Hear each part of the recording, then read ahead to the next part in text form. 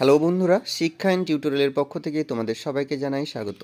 আজকে আমি শুরু করব উচ্চ মাধ্যমিক 2024-25 শিক্ষাবর্ষে ডাব্লিউবিটি টেস্ট পেপারের ভূগোল বিষয়ের প্রশ্নোত্তর নিয়ে। ভূগোলের যে সেটটি করব সেট নাম্বার 10, এই সেটে সমস্ত এমসিকিউ এবং এসিকিউ প্রশ্নোত্তরগুলো করে দিয়েছি।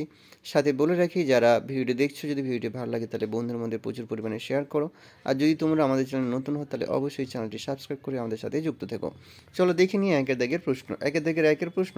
অগ্নুৎপাতের সময় ম্যাগমার সঙ্গে যে উত্তপ্ত জল বেরিয়ে আসে তাকে বলা হয় উৎসন জল। পরের প্রশ্ন, ভারতের একটি উল্লেখযোগ্য কাস্ট অঞ্চল হলো উত্তর হবে বোরা গুহা। পরের প্রশ্ন, সামুদ্রিক সঞ্চয় কার্যের ফলে সৃষ্ট কোনো বাঁধের একাংশ সমুদ্রে প্রক্ষিপ্ত হয় এবং অন্য প্রান্ত স্থলভাগের সঙ্গে যুক্ত থাকলে তাকে বলা হয় স্পিড। পরের প্রশ্ন, পশ্চাৎ সমতলীকরণ মতবাদের প্রবক্তা হলেন এল.সি. কিং। পরের প্রশ্ন, মালভূমির খাড়া ঢালে যে জল নির্গম প্রণালী গড়ে ওঠে তাকে বলা হয় সমান্তরাল জল নির্গম প্রণালী। পরের প্রশ্ন, মৃত্তিকা অনুক্রমে এ স্তর থেকে বি স্তরে খনিজ পদার্থের অপসারণ পদ্ধতিকে বলা হয় এলুভিয়েশন। পরের প্রশ্ন, গাঙ্গেয় সমভূমি পলি মৃত্তিকা যে মৃত্তিকা বর্গের অন্তর্গত সেটা হচ্ছে অ্যান্টিসল। পরের প্রশ্ন, ক্রান্তীয় ঘূর্ণবাদ পশ্চিম ভারতীয় দ্বীপপুঞ্জে যে নামে পরিচিত সেটা হচ্ছে হ্যারিকেন। পরের প্রশ্ন, বায়ু সংবহনে ত্রিকোষ তত্ত্বের উপস্থাপক হলেন উত্তর হবে পলম্যান। পরের প্রশ্ন, ওজোন সুরক্ষা দিবস পালিত হয় 5ই জুন।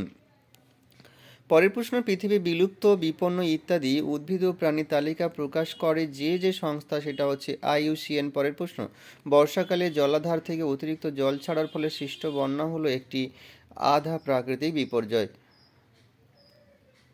পরের প্রশ্ন, মিলেট জাতীয় শস্য যে কৃষির ফসল তা হলো শুষ্ক কৃষি। পরের প্রশ্ন, ড্রাগন ও পেঁপের চাষকে বলা হয় পোমাম কালচার। পরের প্রশ্ন, কোনো শিল্পে ব্যবহৃত কাঁচামালের ওজন ও উৎপাদিত পণ্যের ওজন অনুপাতকে বলা হয় পণ্যসূচক। পরের প্রশ্ন, ভারতে প্রথম কার্পাস বয়ন শিল্প স্থাপিত হয় যে স্থানে তা হলো ঘুষুরি। পরের প্রশ্ন, বিশ্ব বাণিজ্য সংস্থার সদর দপ্তর যে স্থানে অবস্থিত সেটা হচ্ছে জেনেভা। পরের প্রশ্ন, ভারতের দীর্ঘতম জলপথ যে স্থান দুটির সাথে যুক্ত তা হলো উত্তর হলদিয়া এলাহাবাদ। পরের প্রশ্ন,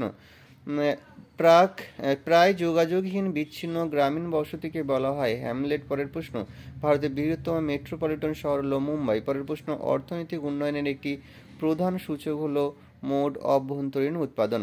এবার আমরা দুই দাগের এসিকিউ প্রশ্ন উত্তরগুলো দেখব। দুই দাগের একের প্রশ্ন, বহির্জাত প্রক্রিয়া বলতে কি বোঝো? বহির্জাত শক্তি সমূহ যে পদ্ধতি ভূপৃষ্ঠে ও উপপৃষ্ঠকে ক্ষয়, বহন ও সঞ্চয় কাজের মাধ্যমে নগ্ন বা পরিবর্তিত করে সেই পদ্ধতিকে বলা হয় বহির্জাত প্রক্রিয়া। পরের প্রশ্ন, গিজার কি?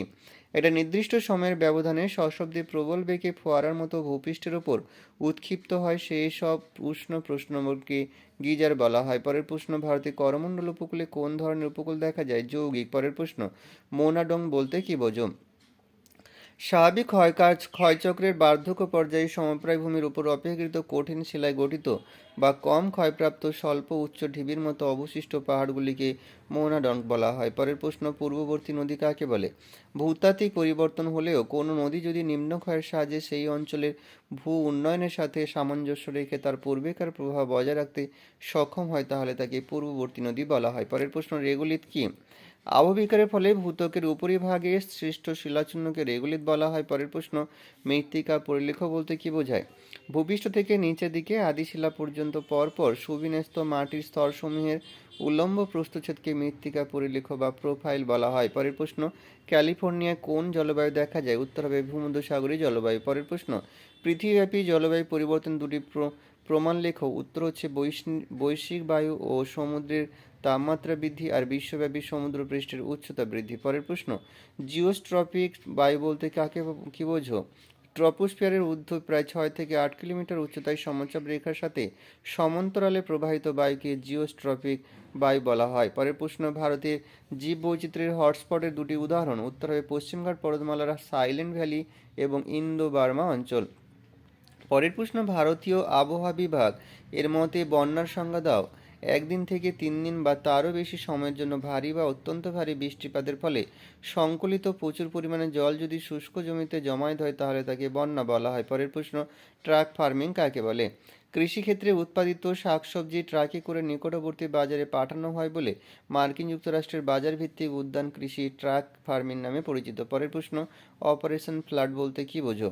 1970 খ্রিস্টাব্দে ভারত সরকার গঠিত ন্যাশনাল ডেয়ারি ডেভেলপমেন্ট কর্পোরেশনের সাহায্যে দুধ উৎপাদক সমবায় সংস্থার মাধ্যমে ভারতে দুধ উৎপাদনে যে অভাবনীয় অগ্রগতি দেখা যায় তাকেই বলা হয় শ্বেত বিপ্লব বা অপারেশন অপারেশন ফ্লাড। পরের প্রশ্ন, শিল্প স্থানিকতার ন্যূনতম ব্যয় তত্ত্বের প্রবক্তা কে? উত্তর হবে আলফ্রেড ওয়েবার। পরের প্রশ্ন, ব্রেক অফ বাল্ক পয়েন্ট কি? গন্তব্যে পৌঁছানোর জন্য পণ্য সামগ্রীকে যাত্রাপথের যে স্থানে বাধ্যতামূলকভাবে এক পরিবহন যান থেকে অন্য পরিবহন যানে স্থানান্তরিত করতে হয় তাকে ব্রেক অফ বাল্ক পয়েন্ট বলা হয়। পরের প্রশ্ন, কোয়াটারনারি ও কুইনারি কার্যাবলীর দুটি পার্থক্য। পরিষেবা ক্ষেত্রে কোয়াটারনারি চতুর্থ স্তর এবং কুইনারি পঞ্চম স্তর। কোয়াটারনারি কর্মীদের সাদা পোশাক কর্মজীবী এবং কুইনারি কর্মীদের সোনালী পোশাক কর্মজীবী বলা হয়। পরের প্রশ্ন, বয়লিঙ্গ অনুপাতের সূত্র মোট নারীর সংখ্যা বাই মোট পুরুষের সংখ্যা ইন্টু 1000। পরের প্রশ্ন, পৌরপুঞ্জের সংজ্ঞা।